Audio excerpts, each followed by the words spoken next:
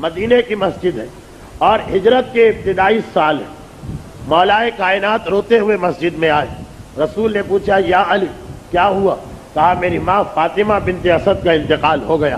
یہ کہہ کے رسول کھڑے ہو گئے، علی وہ تمہاری ہی ماں نہ تھی، وہ میری بھی ماں تھی، آج میری ماں بھی اس دنیا سے رخصت ہوئی۔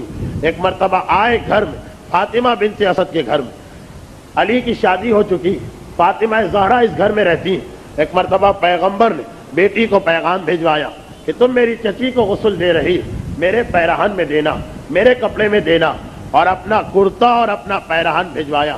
جنازہ اٹھا، سارا مدینہ حاضر ہو گیا۔ پیغمبر نے جب یہ کہہ دیا کہ آج میری ماں کا جنازہ جا رہا ہے، مدینے میں کون ہے کہ جو اس جنازے سے غیر حاضر ہو؟ جنازہ چلا، جنت البقیع کے قریب پہنچا، جنت البقیع میں جنازہ داخل ہوا۔ سارے راستے پیغمبر اسلام فاطمہ بنت اسد کے فضائل بیان کر رہے۔ ماں سے زیادہ مہربان تھی، اپنی اولاد سے زیادہ مجھ پہ شفقت کرتی تھی۔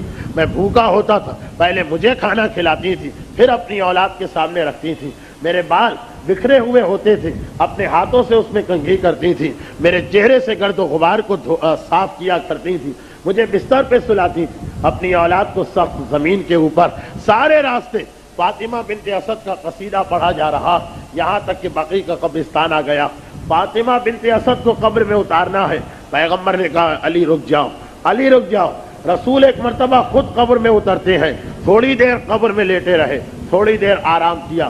یا مکے میں جنت المالا کے قبرستان میں ام المومنین خدیجۃ الکبریٰ کی قبر میں رسول لیٹے تھے، یا مدینے کے جنت البقیع کے قبرستان میں پہلی مرتبہ فاطمہ بنت اسد کی قبر میں رسول کچھ دیر آرام کرتے ہیں، پھر باہر آتے ہیں۔ ایک مرتبہ میت کو اتارا گیا، مٹی ڈالی گئی، قبر کو بند کیا گیا، لوگ چلنے والے ہیں۔ پیغمبر کی زبان سے نکلا ابنوں کی علی لا عقیل ولا جعفر، تیرا بیٹا عقیل اور جعفر طیار نہیں، تیرا بیٹا علی۔ یہ کہہ کہ باہر کی جانب تشریف لائے۔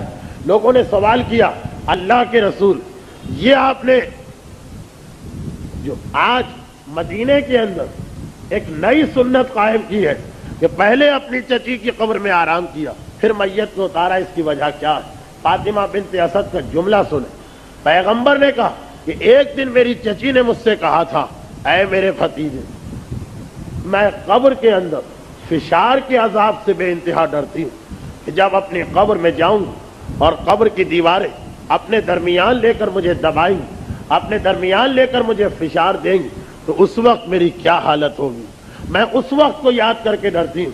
میں نے وعدہ کیا تھا چچی، میرا آپ سے وعدہ، سب پہ یہ عذاب آ سکتا ہے، آپ پہ یہ عذاب نہیں آئے گا، اور فقط اس وعدے کو پورا کرنے کے لیے آج میں اپنی چچی کی قبر میں لیٹا، اس لیے کہ جس قبر کو نبی یا امام کا جسم مس ہو جائے پھر وہ کسی کو عذاب نہیں دیتی، پھر اس میں فشار نہیں آتا۔ اللہ کے رسول کے لیے دعا کرنا بھی آسان تھا، قبر سے باہر کھڑے رہ کے دعا بھی کر سکتے تھے، پروردگارا میری چچی پہ فشار کا عذاب نہ آنے پائے، مگر فشار کے عذاب کی اہمیت کو بتانا تھا کہ اتنا اہم ہے یہ عذاب کہ تقریباً ہر ایک پہ یہ آئے گا کہ میں بھی اگر اپنی چچی کو اس عذاب سے معاف کروا رہا ہوں تو قبر میں اتر کے لیٹ رہا ہوں، اس کے بعد یہ عذاب برطرف ہو رہا۔ لوگوں نے سوال کیا یہ آپ نے کیا کہا کہ تیرا بیٹا جعفر طیار نہیں، عقیل نہیں، علی۔ کہا کہ جیسے ہی قبر کو بند کیا گیا فرشتوں نے آ کے سوال جواب شروع کر دیا، اور دوران سوال میری چچی نے باقی تو ہر سوال کا جواب دے دیا، تیرا خدا کون، تیرا رسول کون، دین کیا، قبلہ کیا، کتاب کیا، مگر جب یہ سوال پوچھا گیا کہ تیرا بیٹا کون، یہ سوال پوچھا گیا کہ تیرا امام کون، تو میری چچی خاموش ہو گئی۔ علماء نے یہاں پہ دو احتمال نقل کیے کہ یا تو اپنے بیٹے کا نام لیتے ہوئے شرمائی، شرم و حیا سے خاموش ہوں، اور یا اس لیے کہ چونکہ ابھی غدیر خم میں صراحتاً اعلان نہیں ہوا تھا امامت کا، اس لیے خاموش رہی۔ تو رسول نے کہا کہہ دیجئے چچی اپنے بیٹے کا نام لے دیجئے، مگر اپنے بیٹے جعفر طیار کا نہیں، اپنے بیٹے عقیل کا نہیں، اپنے بیٹے علی کا۔ اب اس روایت کو سننے کے بعد جتنے علماء نے اس روایت کو نقل کیا ہے صدر اول سے لے کر آج تک، سب نے آخر میں یہ لکھا ہے کہ ایک مومن کو ذرا غور تو کرنا چاہیے کہ یہ فشار قبر کے عذاب کو مذاق کہہ دینے والا، قبر کے عذاب کا انکار کرنے والا، عذاب قبر کو خواب و خیال کی چیز قرار دینے والا، یا عذاب قبر کو مان کر مگر اس سے لاپرواہ بے پرواہ ہونے والا، فشار کے بارے میں نہ سوچنے والا۔ ذرا سوچے تو صحیح، یہ کون پریشان ہو رہا ہے فشار کے بارے میں؟ یہ فاطمہ بنت اسد پریشان ہو رہی ہیں۔ کون فاطمہ بنت اسد؟ وہ جو شفیع المذنبین، تمام گناہگاروں کی شفاعت کون کریں گے؟ رسول۔ شفیع المذنبین کی سگی چچی وہ فاطمہ بنت اسد پریشان۔ کون فاطمہ بنت اسد؟ جو قسیم الجنت والنار، علی کی والدہ، وہ پریشان ہو رہی۔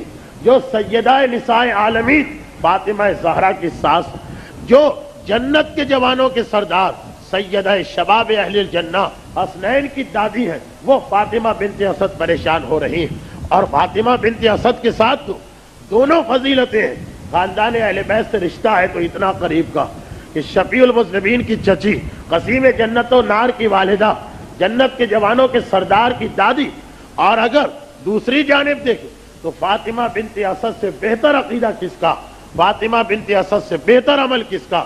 عقیدہ بھی بہترین، عمل بھی بہترین، رشتہ بھی قریب ترین، مگر اس کے باوجود ڈری، اور اتنا ڈری کہ رسول سے خاص خواہش کی، اور رسول نے بھی اس انداز سے اس کو پورا کیا۔